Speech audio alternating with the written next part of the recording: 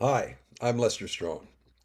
After practicing meditation and studying Eastern philosophies for nearly 50 years in ashrams in India, Australia, Europe, and North America, I feel a genuine responsibility to share my experiences. Not because I have all the answers, but rather because I've had many of the same questions about knowing the truth of who we are, and what I hope these video segments offer are the tools to answer those questions for yourself. So let's get started and explore how to navigate the mind gap. If you've been in a train or subway station lately, you may have seen signs that read, "Mind the gap." And that's not what I'm talking about here. I'm talking about a very specific type of gap in meditation that I've been using for years.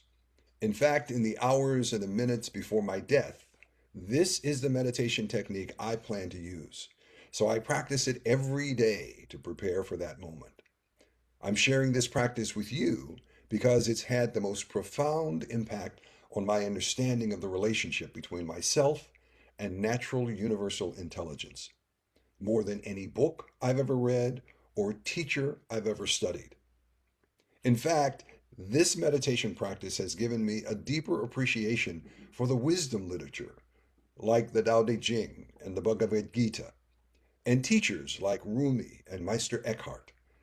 That's because it's the one practice that's given me a direct experience again and again of the natural universal intelligence that exists in me, in every human being, and in all existence. Meister Eckhart writes, "The eye which I see God is the same eye with which God sees me." And Rumi writes, "Stillness is the language that God speaks. Everything else is a poor translation." These quotes were interesting but frankly inaccessible concepts for me until I had a direct, concrete experience of the limitless natural universal intelligence housed in the body. That's when I began to glimpse the oneness of all things, both seen and unseen. And that's why I want to share it with you. Mind the gap, as I'm using it here, actually refers to the gap of no thought that great masters of meditation have known about for millennia. This gap constantly opens for a fraction of a second at the junction point between the exhalation and the inhalation of the breath. It happens so quickly that most of us humans are totally unaware of it. But in that split second, the door to universal intelligence opens and closes. The technique that I'm demonstrating slows the breath just a bit to keep that door open for a few more seconds, giving us a chance to experience a state of no thought or pure awareness. While it's just a few seconds, the cumulative effect of multiple glimpses of the no thought state is profound. Some people give accounts of enlightenment as a sudden and dramatic awakening, and that might be true for some. But my experience of the path to enlightenment has been a slow and steady glimpse upon glimpse upon glimpse of the truth. Now, we'll do this in two parts. First, here's how it works, and just watch me for now. First, make yourself comfortable with your feet flat on the floor and your eyes closed. You'll inhale and exhale through your nose, making the air go down into your stomach or your diaphragm if you can. Then breathe comfortably, not forcing anything. First inhaling, then exhaling. As you exhale, follow the flow of the air until it stops naturally. Then pause, not allowing the air to come back in. Hold that pause until you feel the slightest urge to breathe again. You might feel a slight pressure in the back of your throat or in your chest or your stomach. Or you just might instinctively feel the need to breathe again. Trust that instinct. You should not strain to hold your breath. Then simply repeat the same process again and again. At some point, you may realize that you're aware, but that you have no thoughts in that pause. Usually, thoughts will kick in again once you start to breathe again. And your job is to keep bringing your attention back again and again and again to the breath.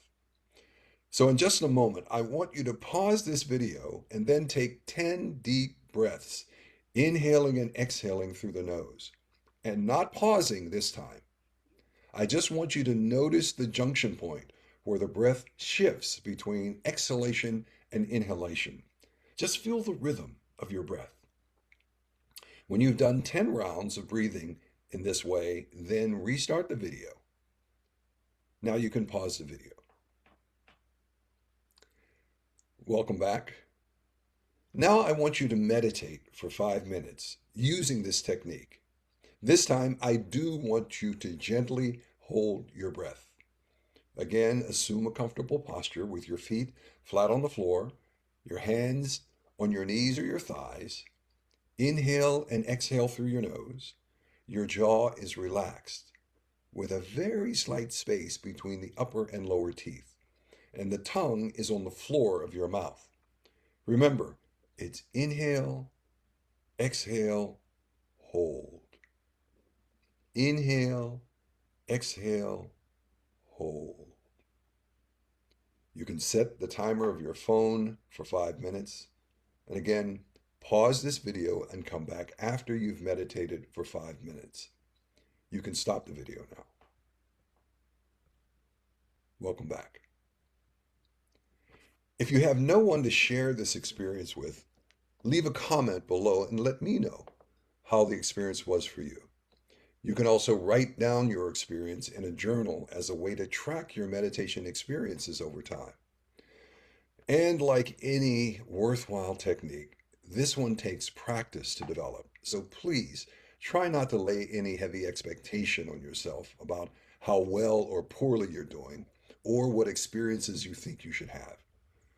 I recommend you meditate twice a day, once in the morning and once in the evening for 5 minutes. Then gradually and comfortably at your pace, increase your time until you get to 20 minutes for each session. Then level off there. Thanks for watching. Till next time.